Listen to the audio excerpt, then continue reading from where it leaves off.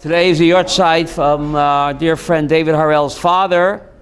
So the shir is Leil Nishmas Avraham ben Mordechai David. Leil Nishmas Avraham ben Mordechai David. And Ruvain ben Shmuel, Shoshana bas Elchanan, Shur ben Shmuel, Chaim ben Fega, Yaakov ben Yitzchak, Tzvi Dov ben Chaim Pesach, Shimon bas Rivka, Mordechai Netzach ben Rivka, Rachel bas Yosef, Eliezer ben Yaakov, Chaim ben Gedalia, Zamalei ben Moshe, Amichai ben Yaakov, Gedalia ben Tzvi Ruvain, Leila Nishmatam. Today we'll be speaking about how Sukkah is a virtual Gan Eden. Did you hear the story about this new young rabbi that took a position right before Sukkah's Gershom?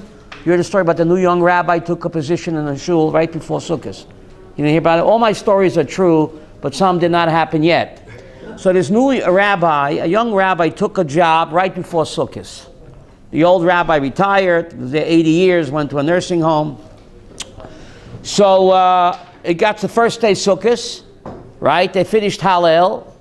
So the rabbi wanted to say Shanis, right? So the president says, no. We say Shanis when? After Musaf.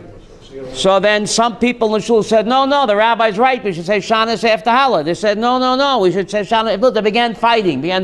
When do you say Shanis? So they're fighting. So the next day they figured, listen, the old rabbi was a rabbi for 80 years. He's in a nursing home not far. Let's walk over there and ask, what was the meaning of the shul? Instead of fighting about it, whether you say Shanis after Musaf, or you say Shanis before Musaf, or after Hallel. So they go, the rabbi and the president go, and they ask the old rabbi, who's, he's in the nursing home, he's not far away, he's still on his mind. They said, Rabbi, what's our minhag? When do we say a Shanis? Do we say after Hallel or before Musaf? What's our minhag? He says, our minhag is to fight about it. That's our minhag, right? Unfortunately. You hear about Yankel the more sense to do it like that. Right? You hear about Yankel the Chassid who had chest pains on Yom Kippur. You heard about this? Yankel the Chassid had terrible chest pains on Yom Kippur. So they rushed him to Terem. Terrible chest pains right after Yom Kippur. So rushed him to Terem. The doctor said, we have to x-ray you. You have to take off all your clothes. The x-ray. So he said, I cannot take off my tzitzis. He says, listen, I have to x-ray you. Might be having a heart attack. You got to take off your tzitzis. He says, I can't take off my tzitzis. So, no choice, the doctor x-rays him with the tzitzis on. Examines the x-rays, and he tells Yankel the Chassid, he says, listen, Yankel, I have good news for you and bad news for you. What do you want to hear first, Yankel? Terrible chest pains. The good news is that the chest pains is only acid indigestion. Take Rolaids. You'll be fine. Remember Rolaids? You'll be fine. What's the bad news, Yankel says? The bad news is your tzitzis are puzzle. Get it? Your tzitzis are puzzle. Anyway, where were we?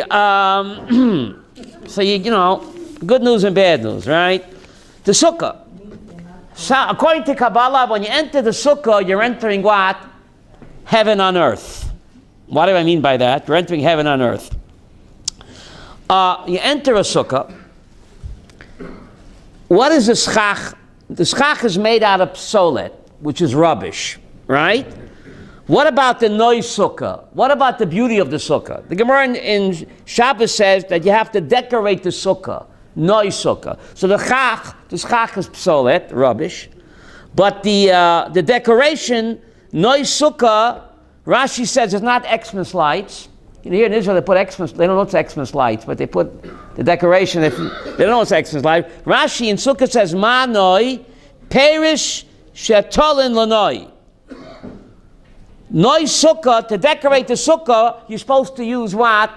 Fruit, live fruit. The schach cannot be fruit. The schach has to be what? Psolet, rubbish. But the decoration is not Xmas lights. Rashi says the decoration of the sukkah is perot shetolenbo. You have to hang luscious fruits in the sukkah. That's real decoration, not the plastic ones, the real ones. Why is that? Why do you have to hang real fruit? That's the really beautifying the sukkah. So the Riyah Kodesh explains, because if you look in Genesis 1, Vayatzmach Hashem kol eitz nechmad lamareh. God planted a garden, and in the garden there was all delicious fruit. So Hashem decorated the Garden of Eden with what? With fruit. So therefore, when we walk into a sukkah, we're in virtual Gan Eden. So therefore, the Ruach HaKodesh says that's why we have to decorate our sukkah with what? With fruit, because our sukkah is a virtual Gan Eden. And the Genesis 1 says God decorated Gan Eden with all delicious, luscious fruits. Kol eitz nechmad l'mareh v'tov l'machol, and good to eat. So since God decorated Gan Eden with what? With the luscious fruits, so we have to decorate our virtual Gan Eden with what? With fruit. But I can't use it for the schach. No, you cannot use it for the schach. The schach has to be dafke rubbish. So that's very bizarre. Why the schach has to be dafke rubbish, you know? Once you put the fruit up, you can't pull it off and eat it. Right, it's muktzah. It's muktzah. Right? Now, why does the schach have to be rubbish? Psolet. It's very bizarre. The schach represents what? The Anani Yakovod, God's glorious presence, and you use rubbish for that. Very bizarre. What? Look at the Gemara Sukkah. It says Psolet Goraviekim. Psolet in English means rubbish. It is rubbish. It's a discard. Nice bamboo people put up, beautiful. Psolet means what you throw away from the Gor and the Yekev. Right? In the days of Talmud didn't have any bamboos. They used the psolet, the husks. Right? The chaff that you throw away. That. Right? Dead grain. Right. Psolet. The Talmud calls it psoles Gor and Yekev. Madua velama. What's the message over here? The Gemara in Yuma says that if a person does tshuva mehava, all of his averot become what? Mitzvahs. So God says what? You don't believe me? How can a person take averot and turn them into mitzvahs? On Yom Kippur, you do tshuva mehava because you love God. Those sins that you did become what? What? Mitzvot. God says, you don't believe me? So 4 days after Yom Kippur, I think it's called show and tell. God said, you see that rubbish on your sukkah? Why did I tell you to use rubbish? That's a tangible symbol that your tshuva on Yom Kippur worked. When we did tshuva because we love God, our rubbish became what? Anani Yakovod. The awesome power of a Jew to turn psolet into Anani Yakovod. So therefore, dafke after Yom Kippur, we sit in the sukkah. Even though, when did we get the magic clouds of glory, David? We got the magic clouds of glory when? Pesach. We should be sitting in the sukkah during the Seder. So why do we do it right after Yom Kippur? Because this is God reassuring us that our tshuva on Yom Kippur recycled my garbage, my averis, are now all the way up to the Nani Yakovod. What's a tangible symbol of that? Using psolet, using rubbish for what? For the schach. So that's a tangible symbol that what? That my averis have now been recycled from psolet all the way up to the Nani Yakovod. And therefore Sukkot comes what? After Yom Kippur, even though it should come what? We got the magic clouds of glory during the Exodus. So you should be asking the Manashtana in the Sukkah. But this is one reason why it's right after what? Yom Kippur. Another reason is Yom Kippur is the yichud between God and Israel. It's like the wedding between God and Israel. If you look in the last Mishnah in Tainit, that Yom Kippur is a wedding day between God and Israel. What comes after a wedding? No, after the wedding, what comes? The honeymoon. So the Zohar says that Sukkot comes after Yom Kippur, not Nisan, it's the honeymoon hut, not Pizza Hut. It's the honeymoon hut between God and the Jewish people. Right? And the Ne'ilah, remember that song, let's lock the door. So the Zohar says that the Ne'ilah on Yom Kippur is the yichud room between God and the Jewish people. And after the yichud room, after the chuppah, after the wedding, you go on a honeymoon. So the Sukkah is our honeymoon hut, and therefore Sukkot comes not in Nissan when it should come, when we got the magic clouds, but dafke right after what? Yom Kippur. But now getting back how far this goes. According to the Zohar, what was the forbidden fruit in Gan Eden? Etrog. The forbidden fruit in Gan Eden is an etrog. And therefore, the Mishnah Berurah quotes the Ari HaKadosh that you should bench esrog in where? In the sukkah. Some people make the bracha on the esrog and lulav when? Right before Hallel. But the Mishnah Berurah quotes the Ari that it's a mahadrin, min mahadrin, to bench esrog where? In the sukkah. Why is it called benching esrog? There are arba minim, Rabbi Yaakov. There's the lulav. What am I, shopliver? There's the lulav, there's the arava, right? What bracha do you make? You make a bracha on the tulas lulav, right? And yet it's called, you also in your neighbor they said benching esrig? Esrig benching, right? Why not lulav benching? Why is it called what? Esrig benching. And why dafki in a sukkah? Why can't you do it? You can do it in the shul too, but it's mitzvah and a mufchar, mahadvin, to do it what? In the sukkah. Madu avalama. So the Riyah Kodesh explains that since the forbidden fruit in the Garden of Eden was what? Was the esrig. So when you walk into a sukkah, you have virtual Gan Eden. So you're putting the esrig like back on the tree.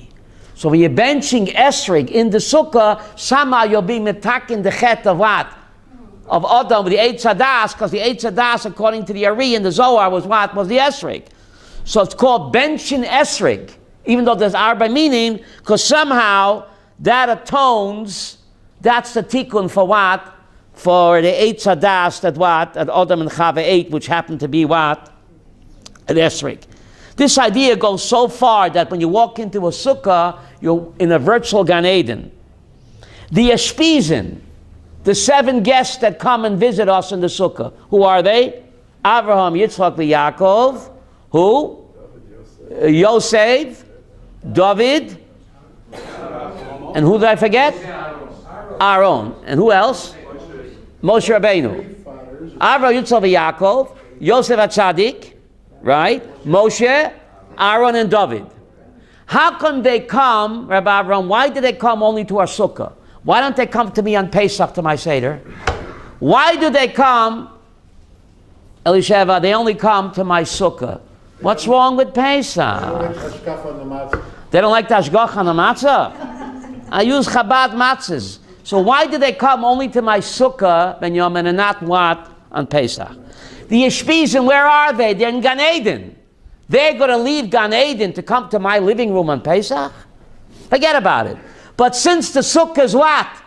A virtual Gan Eden, they feel at home. Masha, can you give this over to Mrs. Schatz?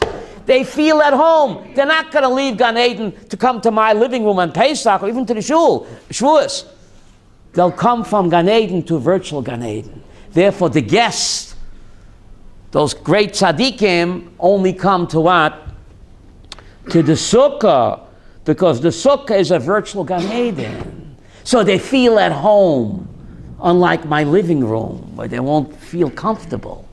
Right? Isn't that amazing? Why, according to Ari, why they only come, the Yeshpizin only come when? It's good. Sukkahs, they come into virtual Gan Eden. This idea goes so far, yes? Bakasha. The Ari HaKadosh, yes. Where did this concept of Ishpizin, where's it from? Ishpizin, the Ari HaKadosh. Chaim Vital. It was from the movie. The movie Ishpizin. It's from the Ari HaKadosh Kabbalah. The Ari didn't write anything. He just spoke. The Chaim Vital all wrote it down. So this idea comes from the holy Ari HaKadosh, also from the Zohar, but the Ari explains it, why they come dafke when. On Sukkot and not on Pesach, and when? In Shavuos. Now, this idea goes so far. There's a mitzvah, Leishev Basukkah. But the Talmud speaks, there's a mitzvah, L'tayel Basukkah.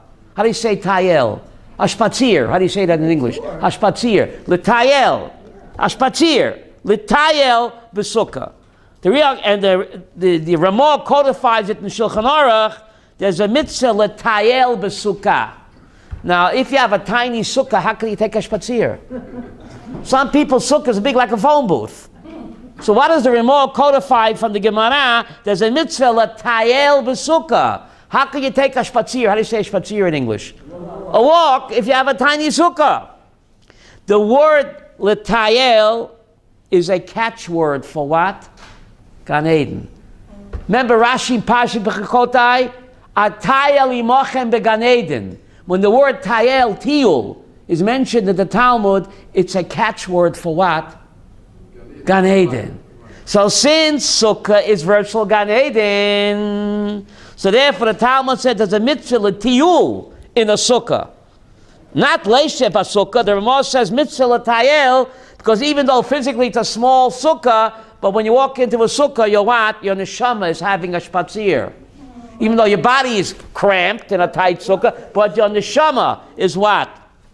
But the bracha is The bracha is leishe b'sukkah, Masha, right? So why does the Ramah write mitzvah l'tayel b'sukkah? He should say mitzvah l'yeshe b'sukkah. So the Riyah Kodesh explains, and from the Gemara there's a mitzvah l'tayel b'sukkah, because the Riyah explains that the word tiyul in the Talmud is a catchword for what? Gan Eden. Atayel imochem beGan Eden. God says when you die, and after 120, I will take a spatzir with you in Gan Eden. Atayel imochem, whatever that means. But the word tayel is a catchword for what? For Gan Eden. And therefore, the Talmud and the Ramah speak about what? L'tayel b'sukkah, even though it's a kleinchik sukkah. Now, we're going to read Genesis 1 very soon. Where was Gan Eden? Next Friday we'll read, right? Where was it, Gershom? I'm a little mixed up. Where was Gan Eden? Was it in what? In this world or the next world? Where was it? So the Orach Chaim HaKodesh says something amazing. Plan A was that Olam Hazeh and Olam Haba, he uses the language, should be a 2-story mansion. Where a person can go from Gan Eden, Olam Hazeh, to Gan Eden, Olam Haba, beam me up, Scotty, and beam me down, at will. God's plan A was that a person should live in both physical and the spiritual world simultaneously, as in a 2-story mansion, going up and down as will. That was plan A, but plan A seldom works out, even for him. Once Adam and Chava ate the etrog, the forbidden fruit, they created a chasm. Is that the right word? Yes. Not a punishment. They created a chasm, a split between Olam Hazeh and Olam Haba, between this world, the physical world, and the spiritual world. Now, the only way to get from the physical world to the spiritual world is through the tunnel that we call what? Death. Not a punishment. God says you broke it. You split the physical and the spiritual world by eating that forbidden fruit. Now there's a chasm, a split, thank you. Now the only way to get from physical world to the afterlife is through the tunnel we call death. But after Mashiach comes, in the Pasuk in Isaiah, Bila Moves Lanetzach, God will swallow up death forever. It's a Pasuk in Isaiah, you say that in every Shiva house. When the Mashiach comes, we'll have been mitakein the chet of Adam and Chava. So once again, the physical world and the spiritual world will what? Will line up.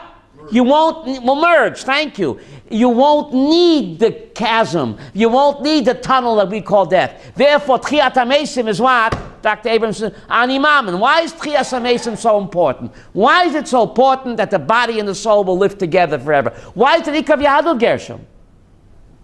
Because that's plan A. That was God's plan A 6,000 years ago. That the body and the soul should live simultaneously forever in both worlds. Beam me up and beam me down. But Adam sinned. We all have Adam's DNA. We all took a bite. It wasn't an apple. It was an etrog. We all took a bite of that etrog. We all have Adam's DNA. DNA, David. Divine natural ability. But when Mashiach comes, the chasm will be what? Repaired. You won't need the tunnel we call death, where man will go back to plan A. That's why Tchiyas HaMesim, Masha, is the Ikav Yahadut, because that's plan A from the get-go. Right? So 6,000 years delayed. You know, we cannot cancel God's game plan. We can delay it by 6,000 years. We do mitzvahs continually because once we're in Gan Eden, we can't do this. Beautiful. Yehuda Lev Kem Ubenu. Why is it so important for the body and the soul to live forever in both worlds? Yehuda Lev said beautiful. Because a soul can't do chesed for nobody. A soul. I'm a soul, man. Can a soul do chesed for anybody? Can a soul put on tefillin? A soul can't do that. For that you need what? To put on tefillin and to do favors for a fellow Yid, like Dr. Abramson does all the time. You need a body for that. Don't you see why Tchiyas HaMesim is the Ikra of Yahadut, the resurrection of the physical body? A soul cannot put on tefillin and can't help you with your shopping bags across the street. For that you need a body. That was God's plan A from the get-go. But we, went to plan B. Well, Mashiach comes, we'll go back to plan A again. That's why Animam and Tchiyat HaMesim is the ikra of Judaism, Shelley. What about the aging process? The body gets old, you can't, the body's not made to last. That's plan B. But plan A, the body was supposed to last forever. Okay. Doctors got a business. She has a question. Yes? I don't like to take issue, but there's a school of thought like the Rambam. Yes. That says Mashiach is one thing and Tchiat B'Medim is another. Of course. No one says that's a big machlokes of Shani Rabbi Yaakov. I don't want to get into it. One of the animam is that God will resurrect the dead. The question is whether the Mashiach will do it or whether it'll happen later. That's a machlokes Rishonim. The Rambam's opinion is that Mashiach will come. He will not resurrect the dead. That's not his job. That will take place later. Other Rishonim say no, that Mashiach will also resurrect the dead. Everyone agrees that the dead will be resurrected. Because that's plan A. The question is, David, like the Nishmas, your father's neshama, will Mashiach do it, or will it be done later by God afterwards? So as a Hoylik Lubavitcher Rebbe, when Rishonim disagree, they're both right. How could they both be right? Says the Hoylik Lubavitcher Rebbe, when the other Rishonim besides the Rambam say Mashiach will resurrect the dead, he's speaking about the tzaddikim. When the Rambam says that Mashiach won't do it, it'll come later, he's speaking about those that are not tzaddikim. So the tzaddikim will be resurrected right away when Mashiach comes, right? That's the opinion of the Rashba, the Ramban.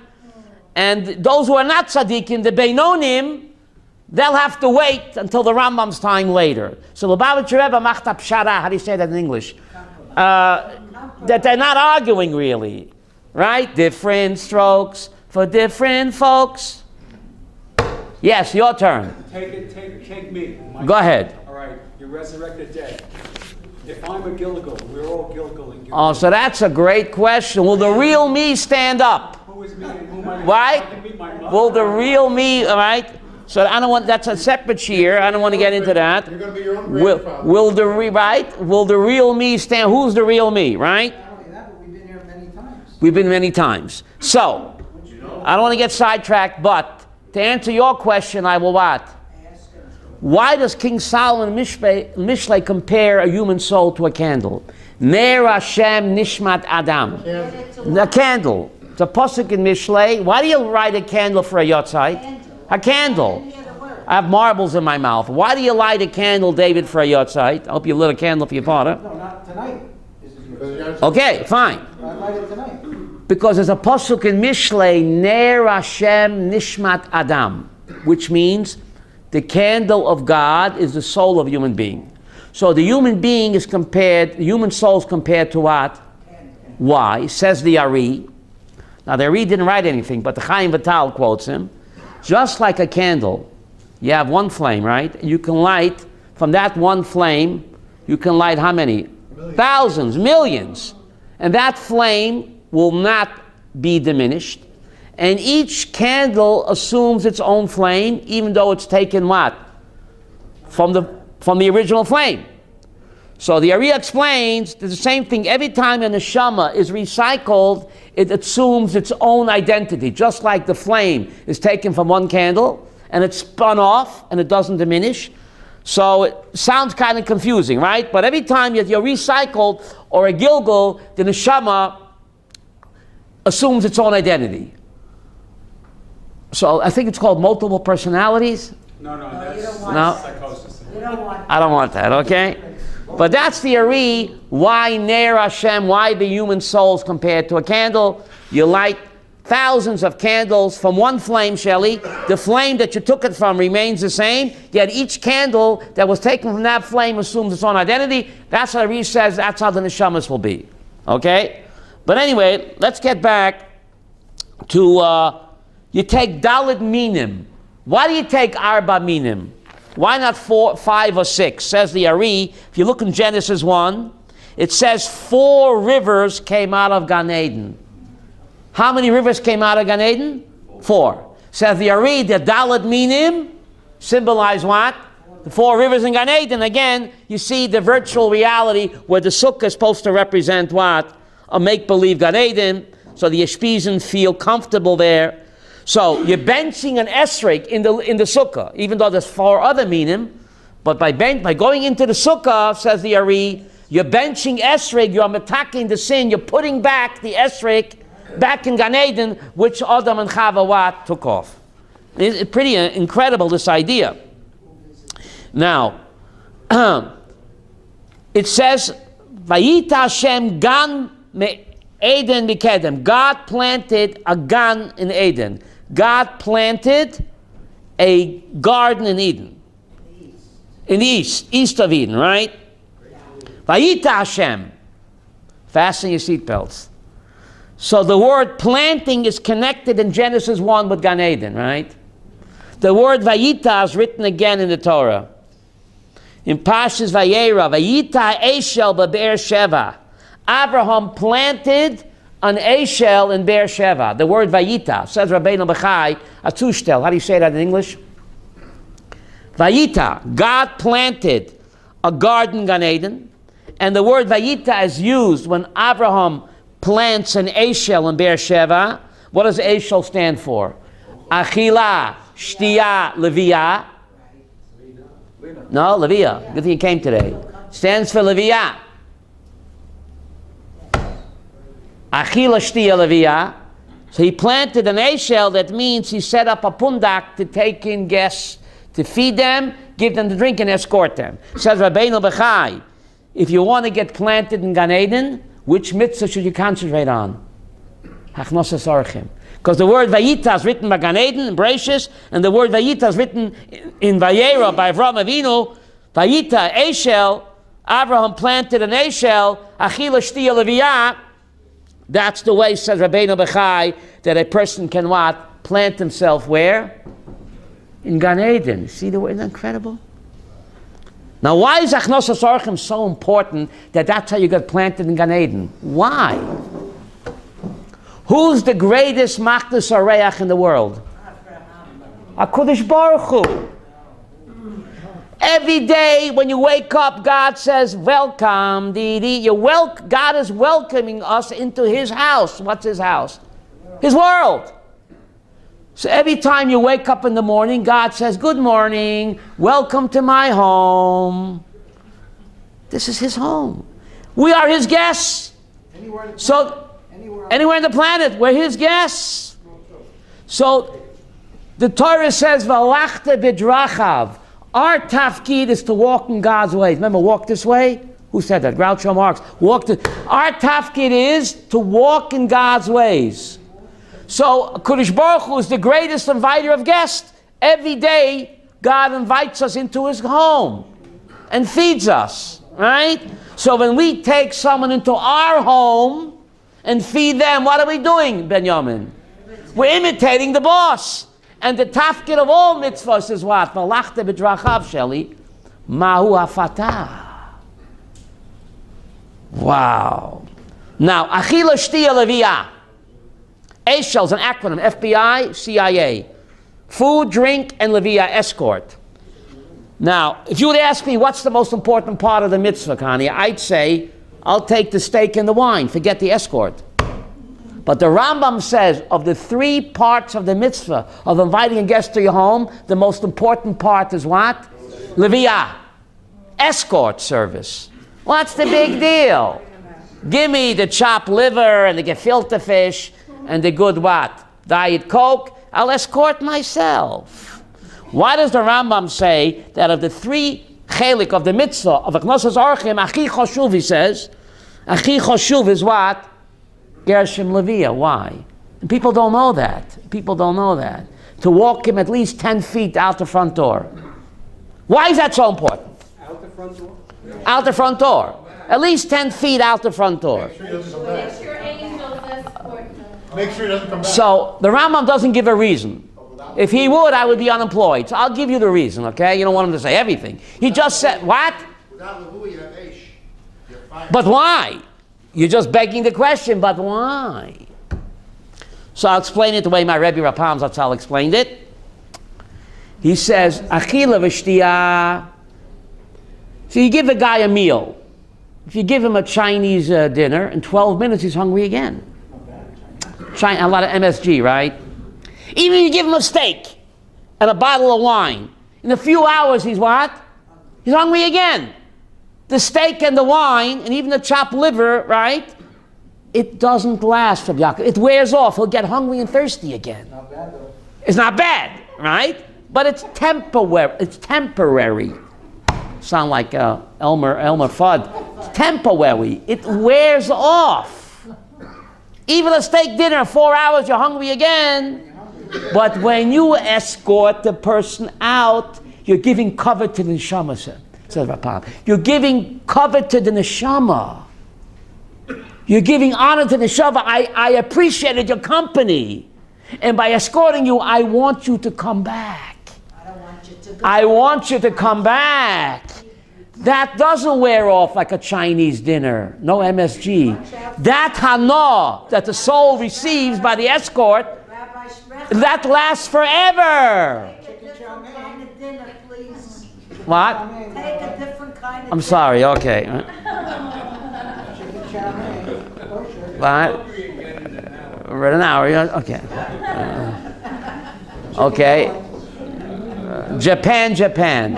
Okay. Chinese chili. It wears off. It doesn't. Japan. It wears. It's good, but then you get hungry again. But when you escort him out, you're giving honor and cover to the soul. That remains in the soul forever, and therefore the Rambam says "Chi choshuv." Okay. So anyway, where was I? So when you walk into a sukkah, says the Ari, you're being hugged by the one above. When you walk into a sukkah, you're being hugged by the one above. So min adin, it's enough a sukkah, 2 walls and a tefach. You know that, Gershom? 2 walls and a tefach is enough. Why is that a kosher sukkah? Says the Ari, the 2 walls and a tefach represent the human arm. From here to here is like 1 wall. From here to here there's another wall, and a tefach in Hebrew is this. This is a tefach. So you walk into a sukkah, you're being hugged by the one above. Did you know that? Hugged by the one above. Ooh. So therefore, two walls and a tefach. This is like 1 wall. This is another wall. In Hebrew, this is a tefach. That's enough. So you're being hugged. No, from here, that's 1 wall. Don't mix me up. And from the elbow to the wrist is another wall. 2 walls. And this is a tefach. You didn't say that at first. You said first it was all 1. No, I didn't say that. I said 2 walls and a tefach. Check the thing. That's the human arm, okay? That's the way Ari HaKadosh explains why that's enough for a sukkah. You walk into a sukkah, you're being hugged by the one above. Now, a sukkah, there's a pasuk in Tehillim 76. Vahi b'shalem. Which mitzvah you do b'shleimut? Says the Vilna Gaon. Sukkah v'nasa b'tzion. There are only 2 mitzvahs that you do with your entire goof. Psalm 76. Living in a sukkah and living in Pisgat Zev. I mean in Rechavia. Psalm 76, the way the Vilna Gaon explains it. Vahi b'shalem. Which mitzvah you do b'shalem? You know, mitzvahs you do. The shofar you do with your mouth, right? Tefillin with your hand and your head, right? Eating matzah with your mouth. Mitzvahs you do with certain parts of your body. But there are only 2 mitzvahs, says Vilna Gaon, that you do b'shalem. 1 minute. Sukkah, living in a sukkah, and living in Sion. No. Can you wear your boots in a mikveh? Can you wear your boots in a mikveh? No. You have to take off your boots. Living in a sukkah, even with the shtivel on, even with the boots on. Living in Pisgat Zev, you're getting, even the boots are getting a mitzvah. In a mikveh, you got to take off your boots.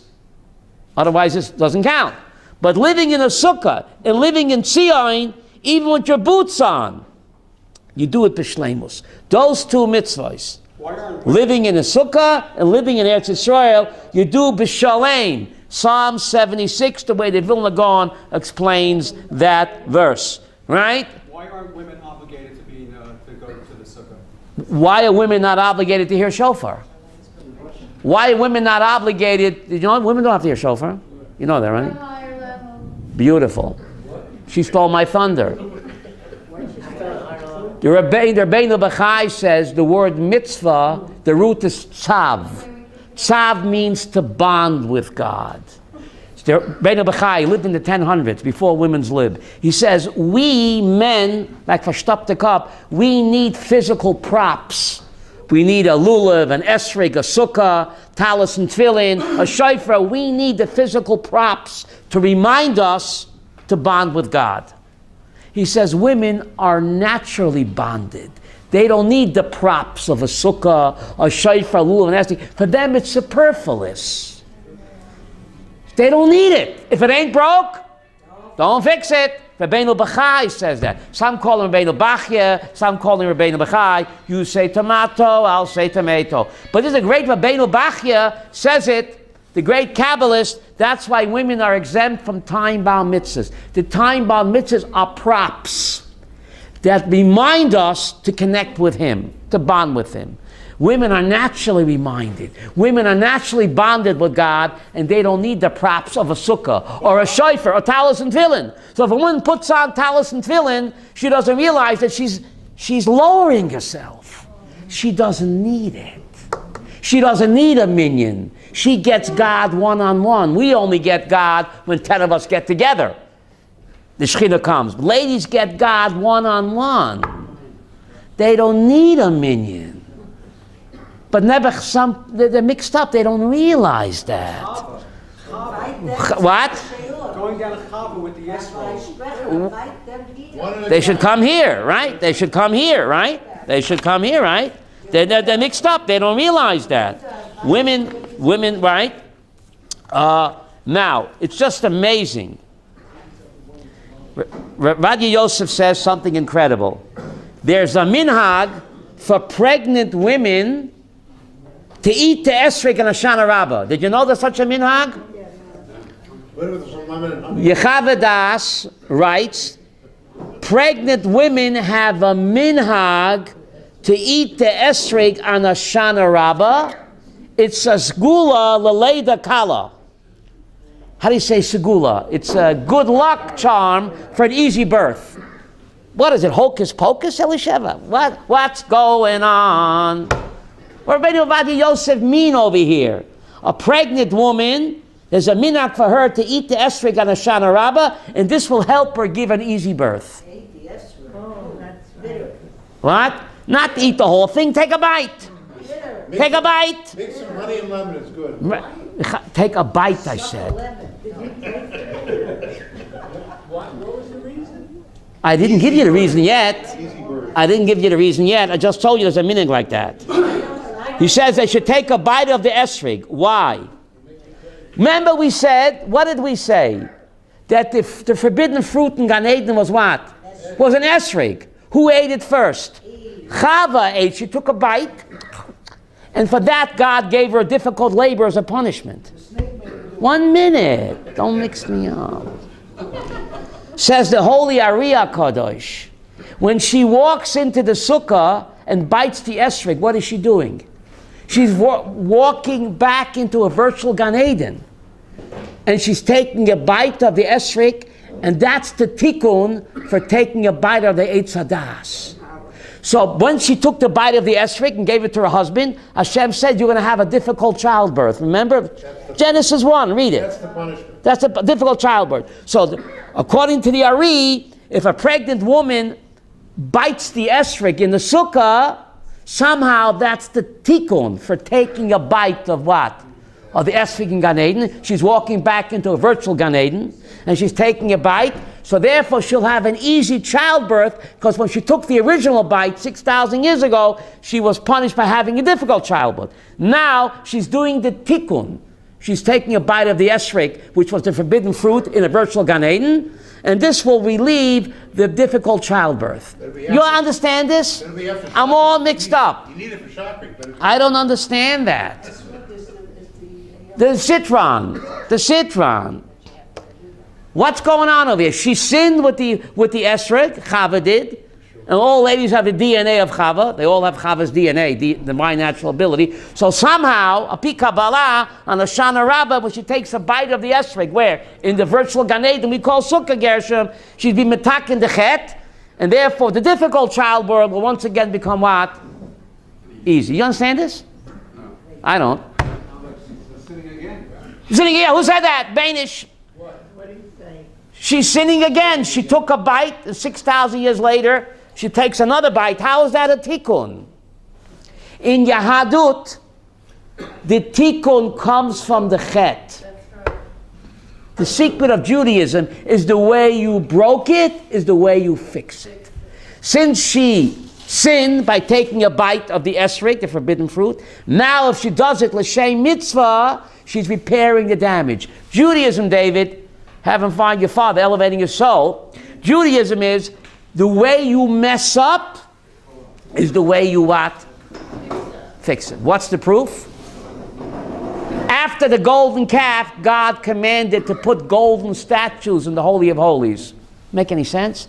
In the Holy of Holies, there's golden statues. What do you call them? Cherubs. Isn't that kruvim? In the Holy of Holies, there's statues made out of solid gold. What's it all about? David, you can't leave it 1 minute. The punchline, where was I? So the Medrash says, Yovai Zov Shebe Mishkan, V'chapra Zov Shenasa Bo Egel. Let the gold of the Mishkan come, the golden statue of the Mishkan come, and atone for the golden calf. In other words, if there wasn't a golden calf, the entire universe should be what? God's Mishkan. God needs a golden Mishkan with golden statues. Plan A was, the entire universe should be God's Mishkan. But when the Jews showed that they into gold, go for the gold, God says, you guys like gold so much? Take gold, Shelly, and do it my way. Da-da-da-da. So the golden statues on the Mishkan became a kapara for what? The golden calf disco. What's the difference? This is a golden statue, and that's a golden statue. What's the difference? The difference is the golden calf God did not command. That's idolatry. The golden cherubim He did command. So that's a mitzvah. But it shows how much God loves the Jewish people. That the tikkun for the sin comes from what? The chet itself.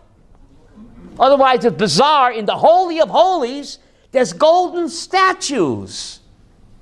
Holy of Holies. That's the tikkun for the golden calf disco. How much God loves the Jew. You fixed it. You broke it. Now take that same material and do it my way. It'll become a tikkun. That's how. So you ate the Eitz Hadas 6,000 years ago, the esrog. Now do it again. Have in mind it's a tikkun, and you'll be fixing it in the sukkah. So your difficult childbirth will be what? An easy childbirth. Isn't that amazing? Isn't that amazing? Now, I'm not finished yet. The Rambam asked the question, Zisel, why does God command us to take a lamb for the Korban Pesach? Turkey has less cholesterol. Doesn't turkey have less cholesterol? And God knows that. Why did He command us to take a lamb? Says Rambam, a lamb is very high in cholesterol. Lamb was worshipped by the Egyptians. Ooh, worshipped by us. Look at Ezekiel. It wasn't just worshipped by the Mitzrim. God tells Ezekiel, you Jews worship the zodiac of the lamb in Mitzrayim. You like lamb so much? Take a lamb and roast it for me. Not a turkey. It was our idol, not just theirs. Who cares about the Mitzrim? I guess it wasn't Mary had a lamb, it was Sarah had a lamb. Do you see? A lot of Jews worship the zodiac of the lamb. Like in India, holy cow. Even today, holy cow, holy lamb chop. Look in the book of Ezekiel, the Jews worship the lamb. So Rambam explains in Moreh Nevuchim, you like lamb so much? Take the lamb and make a korban pesach out of it. Even though it's high in cholesterol, more than turkey.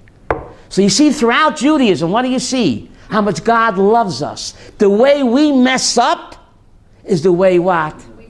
We fix it. That's just incredible. This idea goes so far.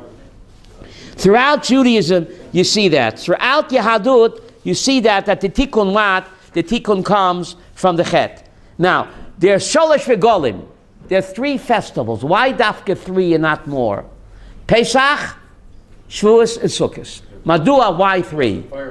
So the Abarbanel says to celebrate the 3 gifts that God gave us. What did God give us on Pesach? Freedom and nationhood. So we celebrate Pesach to thank God for freedom when we became a nation. Pesach. Shavuos, we thank God for the Torah, for the second gift. Sukkot, we thank God for Pisgat Zev. I mean, where do you live, Avraham? Where do you live? Rechavia. So the Barbanel says, why? Sukkot somehow, 3 gifts. Pesach, nationhood and freedom, we thank him with that. Shavuos, we thank him for the Torah. And Achron Chaviv. Sukkot, we thank him for what? For Eretz Yisrael. Now, how is that? Says the Rambam, we celebrate Sukkot. In order to realize what you have to know when you didn't have it. So God led us 40 years in a midbar. A midbar, b'midbar hagodol v'hanora, nachash, saraf, akrav, ashe'ein mayim. The midbar was a totally barren, desolate moonscape. Nothing grew there. There was no water and no vegetation. Why? Says the Rambam, that when you come to Pisgat Zev, you should appreciate this wonderful country with the luscious fruits and veggies and all the flowers. This country has more flowers than any country on the face of the earth. So the Rambam says that's why God led us 40 years in a barren, desolate moonscape. So when we come to Eretz Yisrael, you'll say, well, what? We'll appreciate. Because you never know what you have until you know where you came from. You didn't have, right? If I wouldn't have sit in darkness, I can never appreciate what? The light. Therefore, God makes darkness to appreciate the light. So living in a sukkah is appreciating that in the midbar, we had nothing. And Eretz Yisrael, Baruch Hashem, we have what? Everything. The greatest what? Array of flowers and all the luscious fruits and veggies and the birds, right? And the beautiful, the vegetation. So Sukkot is the time to thank God for the gift of what? Of Eretz Yisrael. And therefore you have Dafka Sholosh Regolim, right? What? In the desert. What did you have? You had nothing there, right? So, Sukkot, we thank God for the gift of Eretz Yisrael. So 2 mitzvahs you do with your entire body. Living in a sukkah and living in Eretz Yisrael. So those people in Chutz La'aretz, they're going to build a sukkah, right? Yes. So that mitzvah they do. What about the other mitzvah you do with your boots on? How come they don't care about that mitzvah, Reb Gershom? Everybody's into sukkahs. In Borough Park, they're all building sukkahs. Right? But what about the other mitzvah you do with your boots on? Hello? Why did you forget that mitzvah? The sukkah in Chutz La'aretz. Right. They say you do the mitzvot in Chutz La'aretz to practice. To practice. So when you come, is the sukkah there equal to the one here, or is it just... No. According to the Sifri, mitzvahs in Eretz Yisrael are for keeps. If you do them outside of Israel, the Sifri says in Deuteronomy 11 that the mitzvahs that you do outside of Israel, you're only practicing. If you want to do it for real, you have to do it what? Well, the good news is that more people come for Sukkah to Eretz Yisrael right. than any other holiday. But then the people, right. They're all filled, so their apartments are filled. They want Now, only Sukkot, it's Ach Sameach. There's a mitzvah to have simcha on all the chagim. Yet the words Vayisa Ach Sameach is only written by what? Sukkot. What is Sukkot? The Samachta B'chagecha, Rav Avram, Kol Chagim, there's a mitzvah Samachta B'chagecha. Madua Valama, the Torah only says Vayisa Ach Sameach, what? Sukkot. Pesach, chopped liver? To answer this question, I will what? Pesach is called Zeman Cheritenu, time of our freedom. Shavuos is called Zeman Matan Torasenu. Sukkot is called what? Zeman Simchatenu. But there's a mitzvah to have simcha when? each the other holiday. Shavuos and Pesach too. Meat and wine. Why is the Man Simchatenu V'Yitoach Sameach only written by what? Sukkos. You sitting down? Pesach, God gave us freedom and peoplehood. It was a handout. Did we do anything for it? We were meant to Shari Tumah, 49 levels of Tumah. We didn't do anything. God came and redeemed us and made us a nation. We had no input. It was a handout. I think it's called a welfare check. Shavuos, He gave us the Torah. We had no input. All Him. We're like a nebishes. How do you say nebishes in English?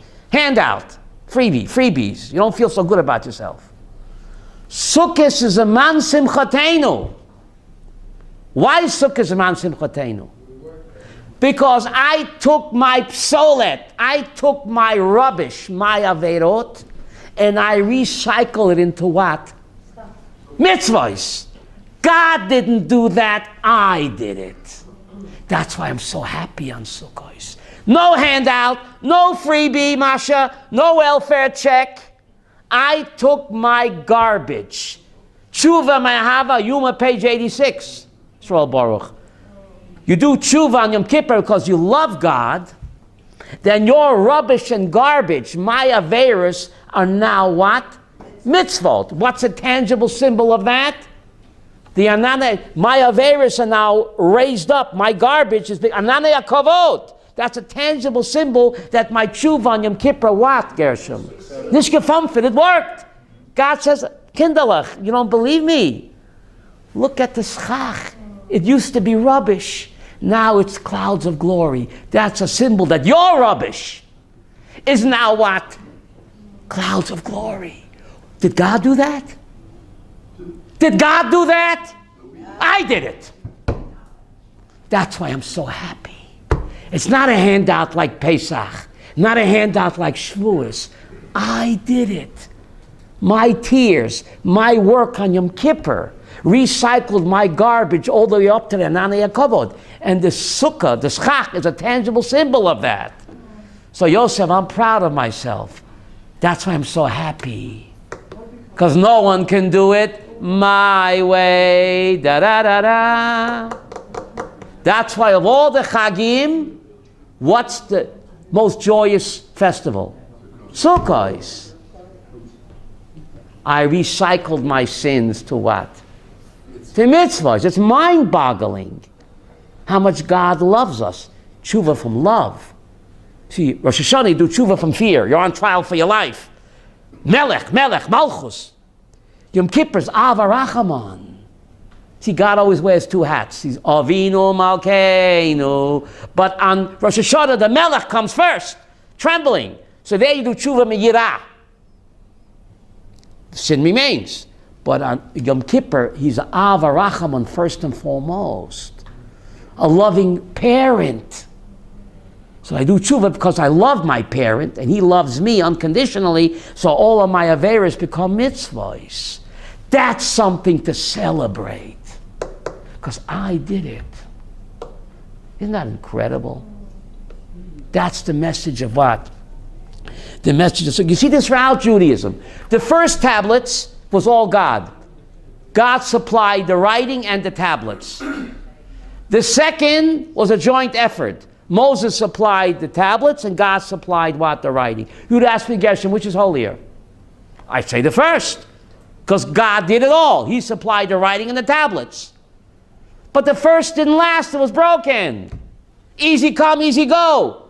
When he does it all and I sit back, easy come, easy go. Rav Soloveitchik explains, but the second tablets, Moshe had gehacked and get chiseled, and he clapped, and he schlepped those heavy sapphire tablets up the mountain.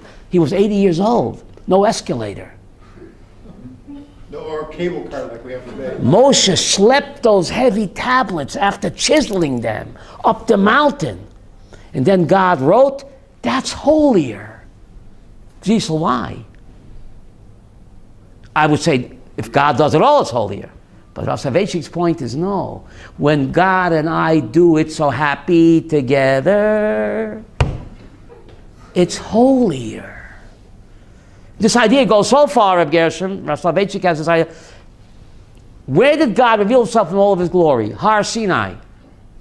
God never revealed himself in all of his glory on Mount Moriah. Right? Why is Har Sinai no kedusha today? We don't even know where it is. Chabad doesn't have a Chabad house there. You would think Chabad would have a Chabad house in Har Sinai. At least for Chag HaShavuot, chartered buses to Shavuot for Har Sinai. We don't even go. They go to Uman. Why didn't they go to Har Sinai for Shavuos, where it all began? Nothing. Zilch, Gurnished. We don't even care where it is. But God revealed himself in all of his glory there. He spoke the Ten Commandments face to face. No kedusha. We don't even know and care where it is. Bizarre.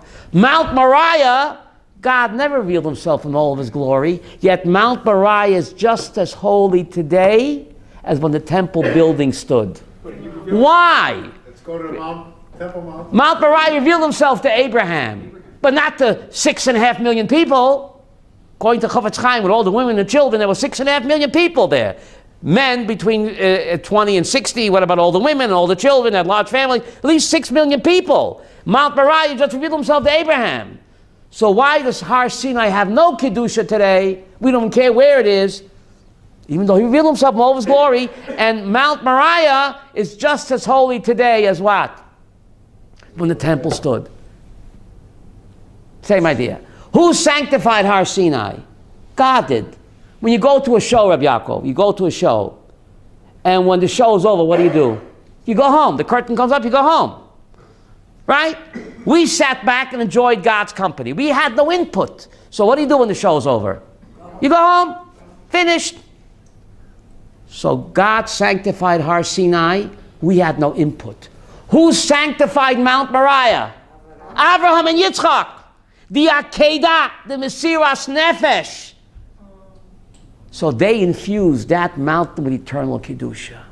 When we do it, it has eternal value. Because I did it, not a welfare check. Sukkah is the yontif that I did. I converted my psolet, my garbage, into an anei kavod. Look at the schach. That's why I'm so happy more than any other yontif. Chag Sameach. We meet after Sukkot. 2 weeks from today. 2 weeks from today we meet. Thank you.